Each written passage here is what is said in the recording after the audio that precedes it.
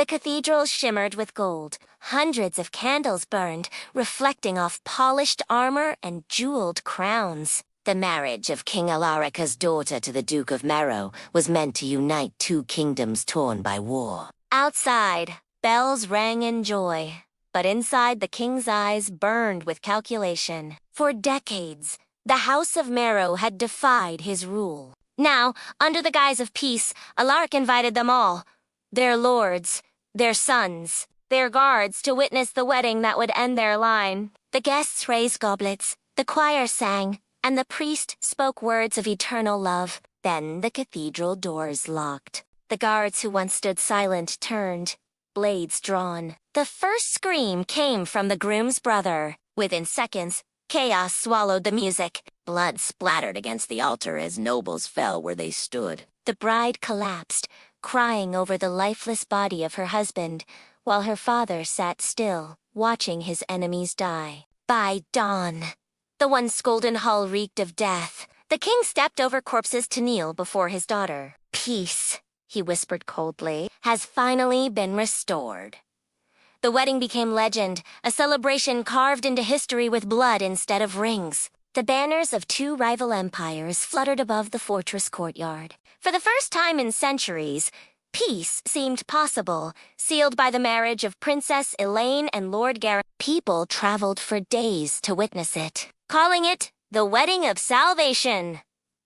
But those who lived through that night called it something else, the Feast of Death. Elaine was radiant, but her smile was forced. She had been raised to despise the man she now called husband, Garin, too, hid resentment behind charm. At the banquet, every word carried poison, and some goblets did too. When the midnight bells rang, the signal was given. Hidden soldiers, disguised as servants, stormed the hall. Steel clashed, chandeliers fell, and screams drowned out the music. The bride's mother was struck through the heart, her crown rolling across the blood-soaked floor. Garin tried to protect his bride, but a blade pierced his chest before her eyes. By morning, the fortress stood silent, draped in smoke and sorrow. The alliance perished before it began, and both dynasties fell within a year. Legends say if you stand in the ruins today, you can still hear the bells ringing not for love, but for vengeance. It was said to be the most magnificent wedding in the realm, the union that would heal centuries of war. The palace gleamed. The air was thick with perfume and roasted meats, and the people cheered for love. Yet beneath the silken gold, hatred pulsed like a hidden drum. The groom's father, Lord Merrick, had orchestrated the event to appear as peace.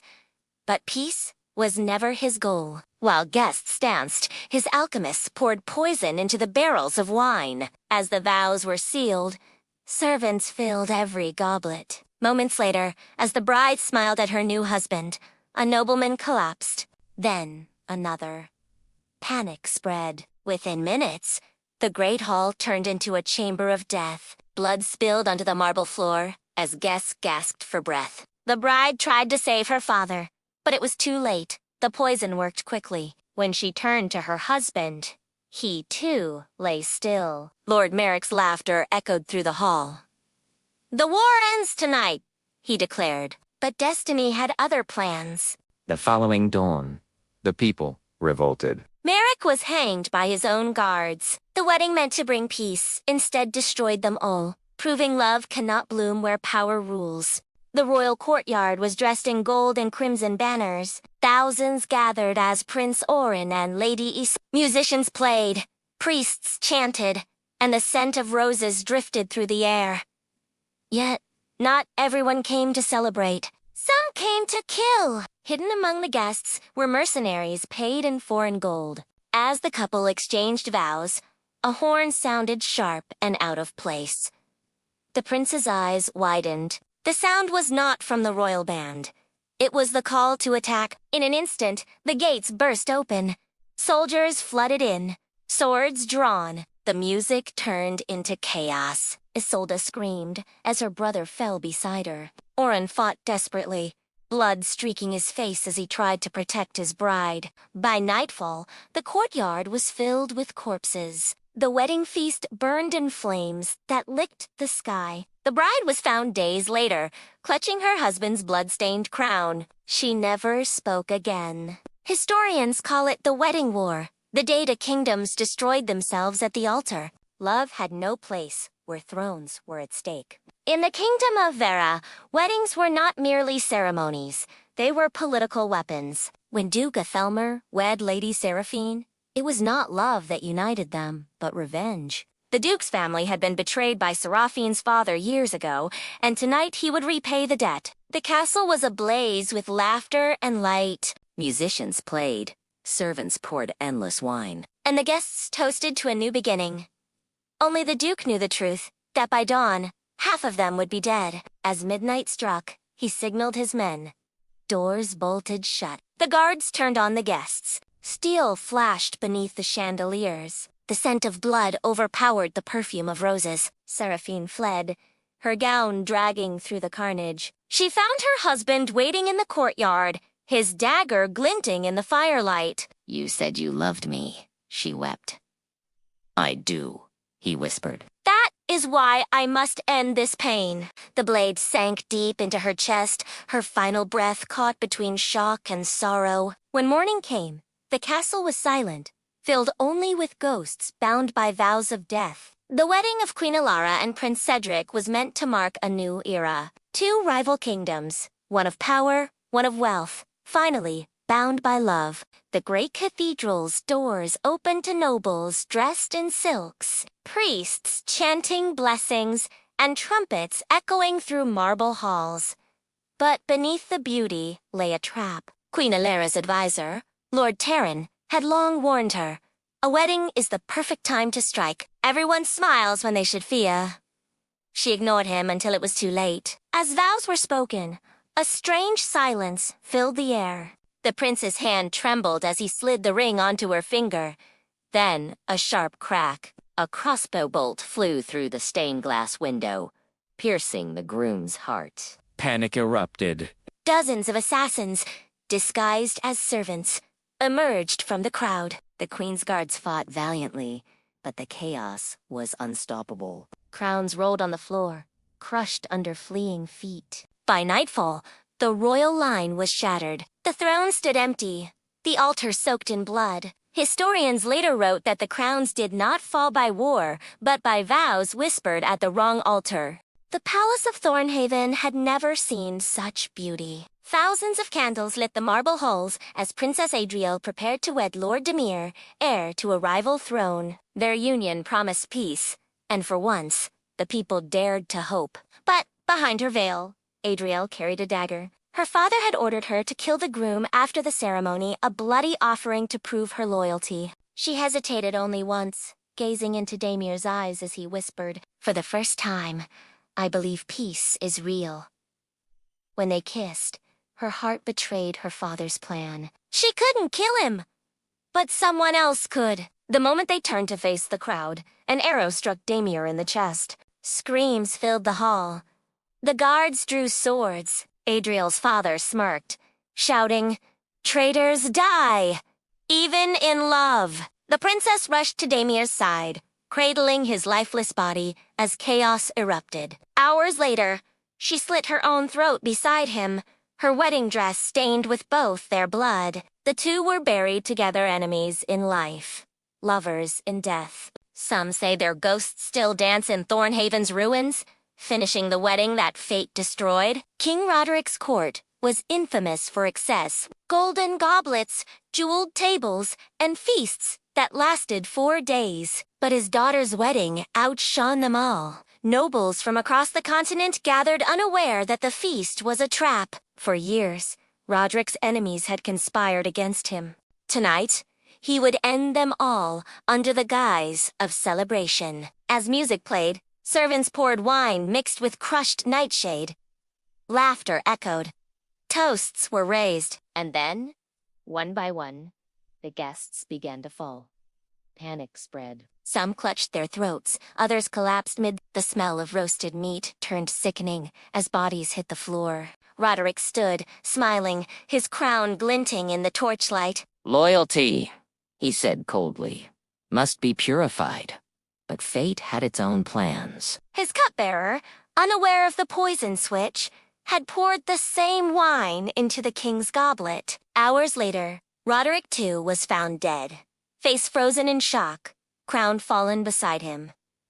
That night, the royal feast became a tomb. The grand hall was sealed for centuries. Even today, travelers whisper that the ghosts of the poisoned guests still dine by candlelight, waiting for the king's next toast. The ballroom glittered with chandeliers and music. Princess Chalaine of House Ravane danced gracefully beneath the eyes of nobles, her gown shimmering like moonlight. Beside her stood Prince Varan, her groom, her peace, her future. But not everyone wished to see their love unite kingdoms. Among the guests lurked assassins from the House of Draeger, sworn to end the Ravane line forever. As midnight struck, the orchestra played its final note. The first explosion shattered the floor-to-ceiling windows. Smoke filled the hall. The bride's tiara fell as chaos erupted. Blades flashed in the dark. The groom was struck first, dying before he hit the floor. Chalaine screamed, her hands covered in his blood. Guards fought desperately, but it was hopeless. The assassins showed no mercy. When the night ended, nearly everyone inside lay dead. The once lavish ballroom was drenched in crimson. The dynasty of Ravane ended that night, not by war, but by wedding. Centuries later, historians would call it the Night of Shattered Glass. The ballroom still stands in ruins, and on stormy nights, the faint sound of violins can be heard, playing the final dance of the dead. In the year 1429, the kingdoms of Arden and Sorrel prepared for the grandest wedding ever seen. King Halric's son was to wed Princess Lyra, sealing peace after 50 years of war. The feast stretched for miles, barrels of wine, tables of gold, and thousands of candles. But peace, as always, came with betrayal. The princess's uncle, Duke Renard, had struck a secret deal to kill both royal families and claim the throne. His assassins moved like shadows among the guests, blades hidden beneath trays of food. When the king stood to toast the union, Renard smiled and snapped his fingers. The hall erupted. Poisoned arrows rained from the balconies. Guards collapsed, nobles screamed, and within moments, the wedding turned into a slaughterhouse. Lyra tried to flee with her groom, but both were caught in the chaos. The Duke found them in the corridor, their hands clasped, eyes full of fear. "Forgive me," he whispered, before driving his sword through them both. The next morning, the sun rose over a silent castle. Every candle had burned out. The tables still stood, covered in untouched food, reminders of a banquet meant for peace, but remembered only for blood.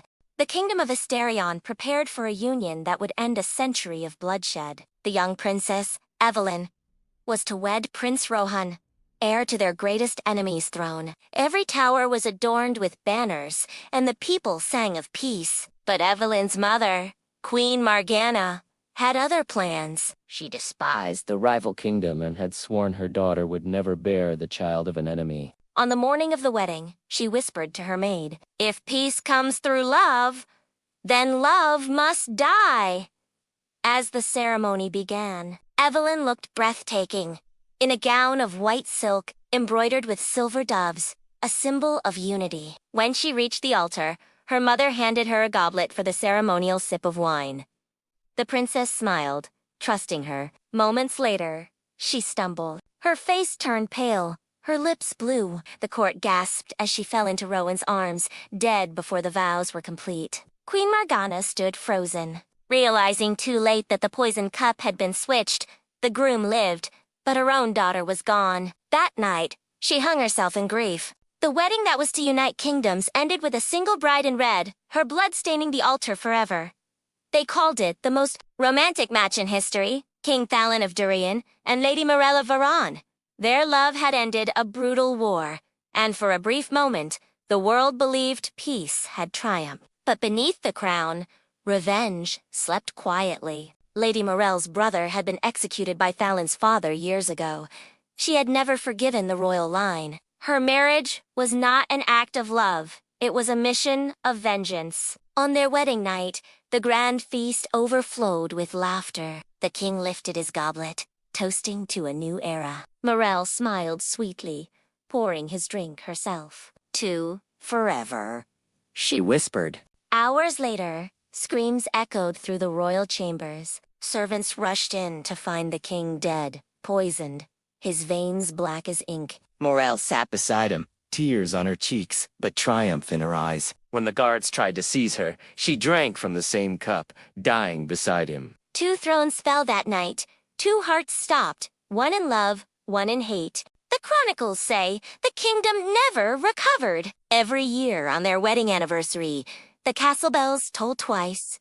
Once for love, once for revenge. Few in history were as cunning as Duke Calverin. After years of civil war, he sent invitations across the realm for his daughter's wedding, promising amnesty, wealth, and peace to all who attended. The nobles, weary from battle, accepted eagerly. They saw the marriage as a truce, a chance to rebuild. But Calverin had other intentions.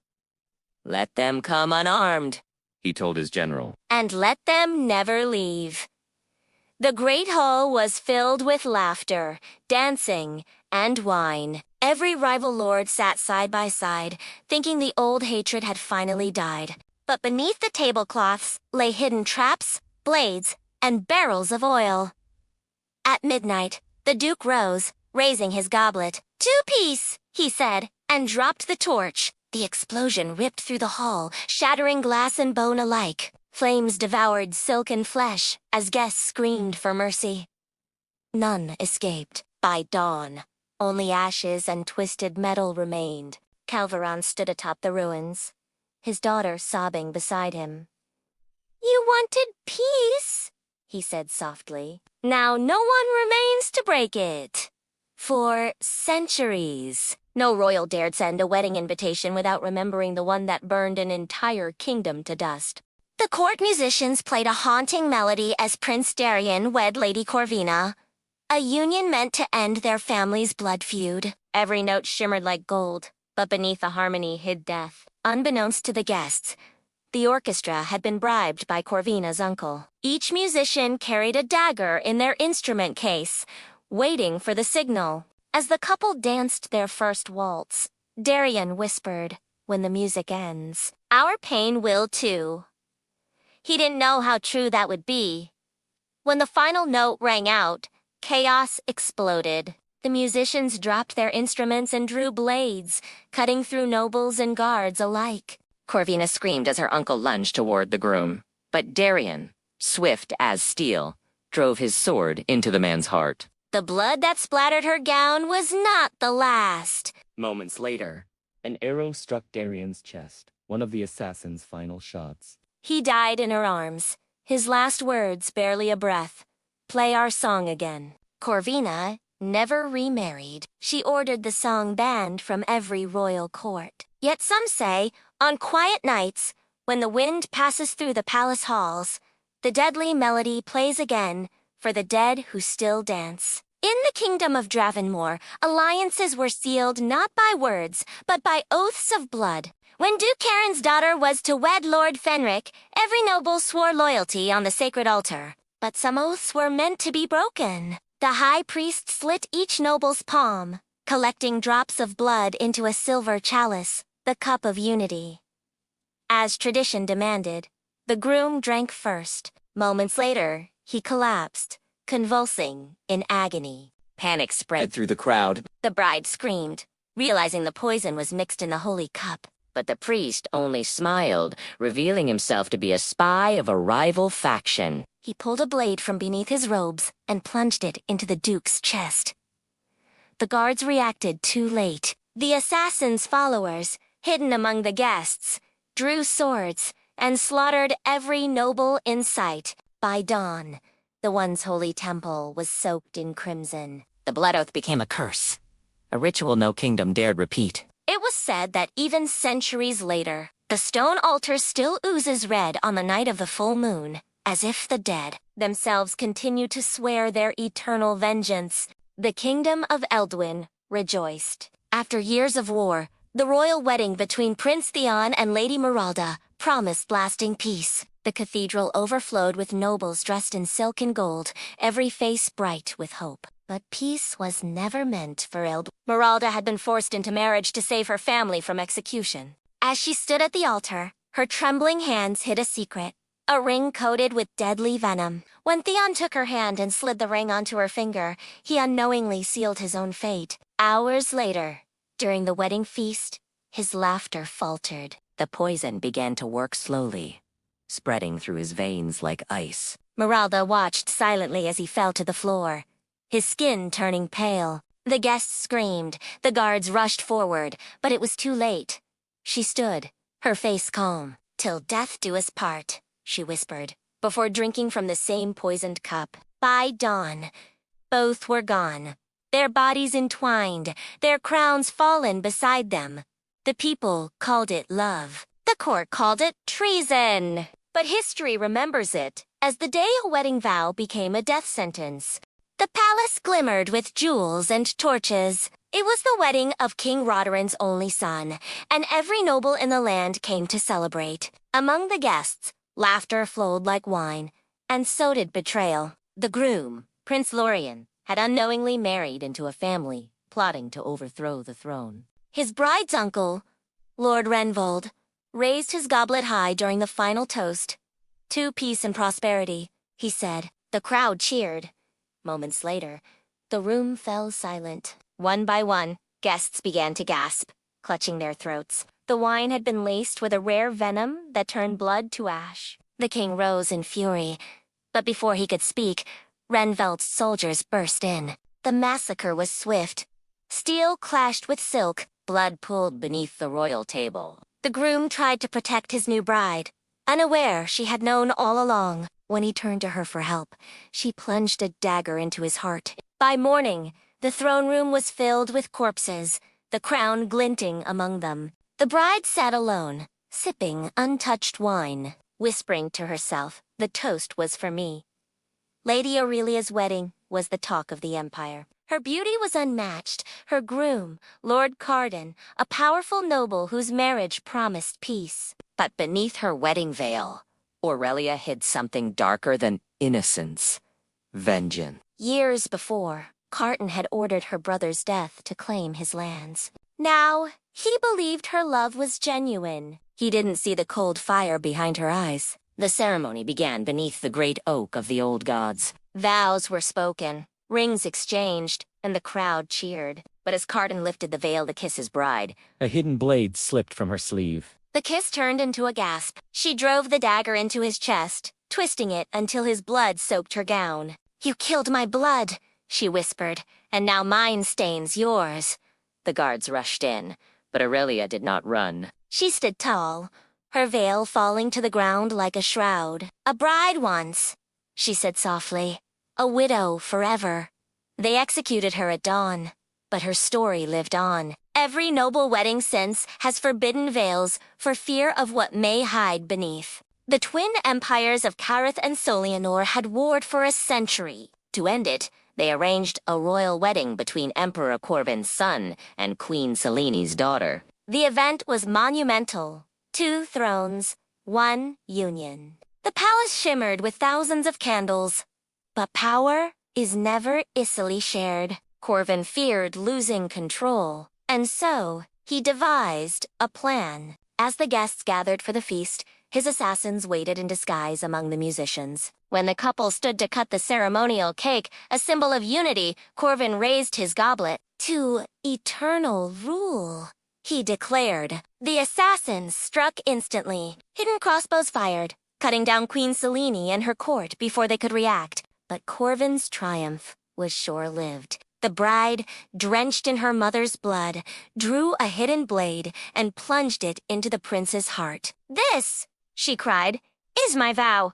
Both empires fell that night. The wedding meant to end bloodshed only drowned the thrones in it." Centuries later, historians wrote that the wedding of the twin crowns ended not in union, but in ruin. In the cold halls of Valyria, silence was a virtue. Princess Merwin, known for her quiet grace, spoke little and smiled less. When she was wed to Lord Edric, few guessed the storm she carried in her heart. Edric had conquered her homeland years before, executing her brothers and forcing her into marriage. For years, she planned her revenge, and her wedding day was the stage. During the ceremony, she stood calm as the priest spoke. Her eyes met Edric's only once. He smiled, thinking he had broken her. But as the feast began, she excused herself, returning moments later with a golden chalice. "Drink to our future," she said softly.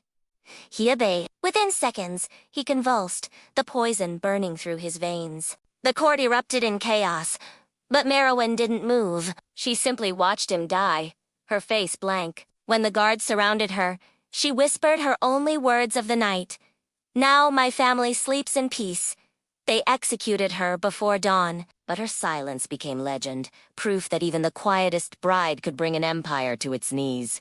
King Alderic's wedding was meant to mark a new dawn. After decades of war, he had found peace, or so he believed, in the arms of young Princess Elaine. The great hall was filled with music and wine. Nobles swayed beneath golden chandeliers, celebrating what they thought was unity. But in the shadows, betrayal stirred. Elenia's family had been wiped out by Alderic's conquest. Her marriage was not of love, but vengeance. As the king took her hand for the final dance, she smiled sweetly, the smile of death. Hidden in her wedding bracelet was a fine silver needle soaked in nightshade. When their hands joined, the poison entered his blood. By the time the dance ended, his breath was short, His eyes glassy. the music stopped. The king collapsed, gasping, as Elenia whispered in his ear, "You killed my blood. Now yours ends with me."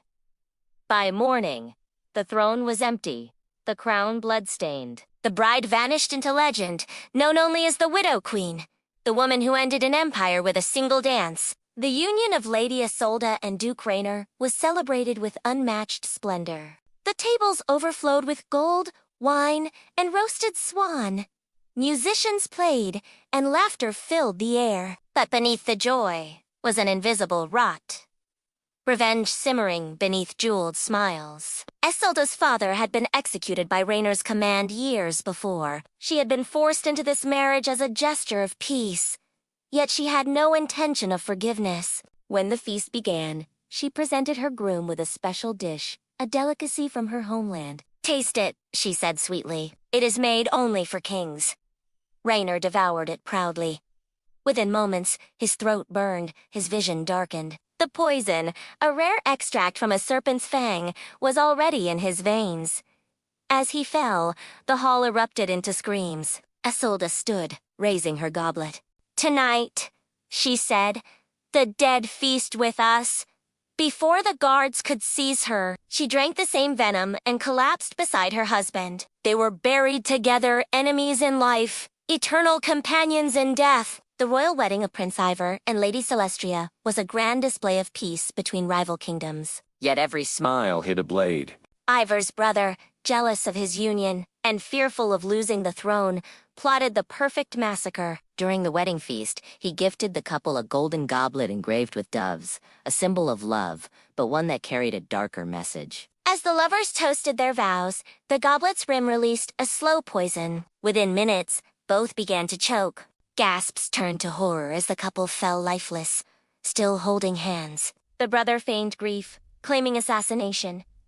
But fate has a cruel sense of justice. A servant who had overheard the plot confessed before dawn. The conspirator prince was dragged to the courtyard, stripped of his crown, and executed with the same blade meant for his brother. That night, the kingdom mourned.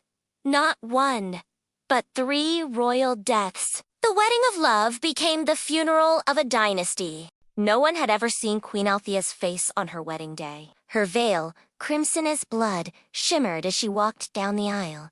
The people thought it a symbol of passion. In truth, it was the mark of vengeance. Althea had been promised to King Halric, the man who ordered her sister's execution. She played the part of a loving bride, her every glance a performance for the court. When the ceremony ended, she leaned in for the royal kiss, and that S, when the blade hidden in her sleeve found his throat. The king gasped, blood staining the red silk of her veil. "Now," she whispered coldly, "You wear my color?" Guards stormed the altar, cutting her down where she stood. But when the veil was lifted from her corpse, they saw her smile. Calm, satisfied, victorious. Centuries later, her story became legend.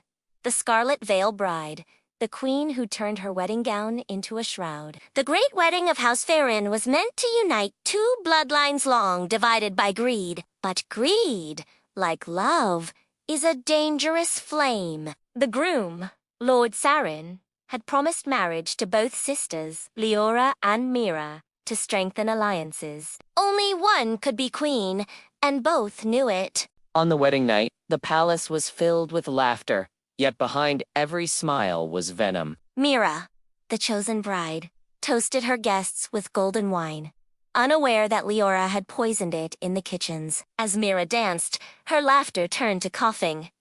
Blood stained her gown.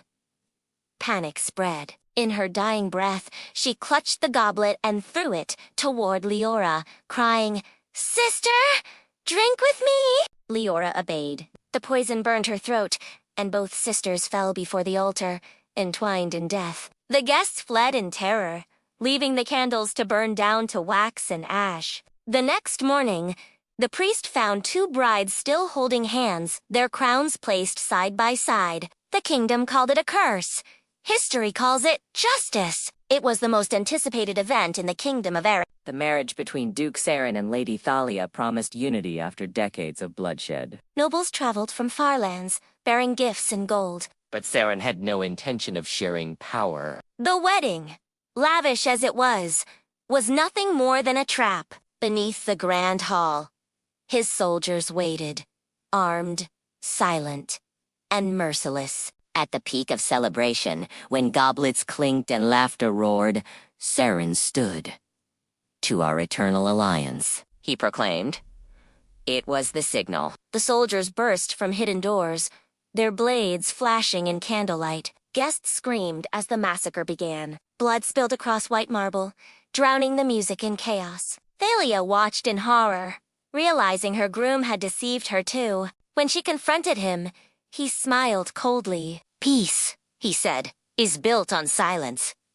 She snatched a dagger from a fallen knight and plunged it into his chest. The hall went still. By dawn, no one was left alive. The kingdom called it the Wedding of Shadows, a night when every noble line vanished, and peace came at the price of annihilation. King Duran was known for his charm, his power, and his paranoia. When his daughter was to wed the son of his rival, he saw an opportunity to end an ancient feud on his terms. The royal banquet dazzled with gold and perfume. Every noble smiled, though none trusted the peace it promised. The king raised his goblet. "To the union of our houses," he said, and drank first to prove his good faith. Moments later, the guests followed, unaware of the horror awaiting them. The wine had been poisoned, not by the king, but by his own daughter. As he gasped for breath, she leaned close, whispering, "You made peace with their blood. Now I make it with yours. By the time dawn rose." The grand hall was littered with corpses, guests, guards, and royalty alike. The wedding feast had turned into a silent tomb. The kingdom perished without a ruler that day, remembered only as the banquet of betrayal, where every toast was a death sentence, and every vow was vengeance in disguise. In the kingdom of Ormar, Lady Seraphine was famed for her beauty and her ambition. Her marriage to Prince Alden was said to unite church and crown, but beneath her silk gown, she wore thorns, literal and unseen. The prince adored her, blind to her schemes. On their wedding day, the chapel glowed with candlelight, the air heavy with incense, but when Alden lifted her veil, he gasped. Blood trickled from her hand where the thorns had pricked her skin. Before anyone could react, she pressed her wounded hand to his lips. "Now," she whispered, "we are one." The poison on her blood was fast and cruel. Alden fell within moments, his face pale with confusion. The court erupted into chaos. Seraphine knelt beside his body, smiling faintly. "Power," she murmured, "requires sacrifice." By sunset, she was crowned queen. Her first order, to burn the chapel to ashes. The people called her the Bride of Thorns, a queen who bled for the throne and left none alive to challenge her crown. The bells of Erelon rang for 7 days to announce the grandest royal wedding in history. Streets were lined with flowers, and the air was filled with music. Yet behind the celebrations, a deadly plot waited to unfold. Prince Elam's marriage to Lady Rena was meant to heal a divided kingdom. But Rena's brother, exiled years ago, saw it as the perfect time for revenge. Disguised as a musician, he entered the palace carrying not an instrument, but a blade hidden within his lute. As the newlyweds walked down the aisle, the bells began to toll. Each chime masked the sound of slaughter. His men, hidden among the performers, drew swords and struck down guards and guests alike. The wedding turned into a battlefield. The prince died, defending his bride, who, in despair, took her own life beside him. When the bells fell silent, only ghosts remained. The towers burned, their sound forever cursed. To this day, the people of Erelon say, if you hear wedding bells echoing at midnight, it means another bride has died in vain. The final royal wedding of the Arden dynasty was meant to symbolize eternal unity. King Valorous' son was to wed the daughter of his greatest enemy, an alliance sealed in gold and prayer. But peace cannot grow from poisoned soil. The ceremony began under a blood-red moon, an omen ignored by the court. The bride's family arrived, wearing crimson, a color said to honor war's end. But in truth, it was a warning. When vows were spoken, 1,000 candles lit the cathedral. At that moment, hidden barrels beneath the floor were ignited. The explosion tore through the hall, shattering glass, stone, and bone alike. By dawn, the royal line was gone. Every heir, every noble, burned to ash. Only one witness survived. A servant who claimed to hear the bride whisper before the blast, "Let our families be one." In death, the kingdom of Arden vanished from maps soon after. The Crimson Covenant became a curse, a reminder that some unions are not meant to build empires, but to end them.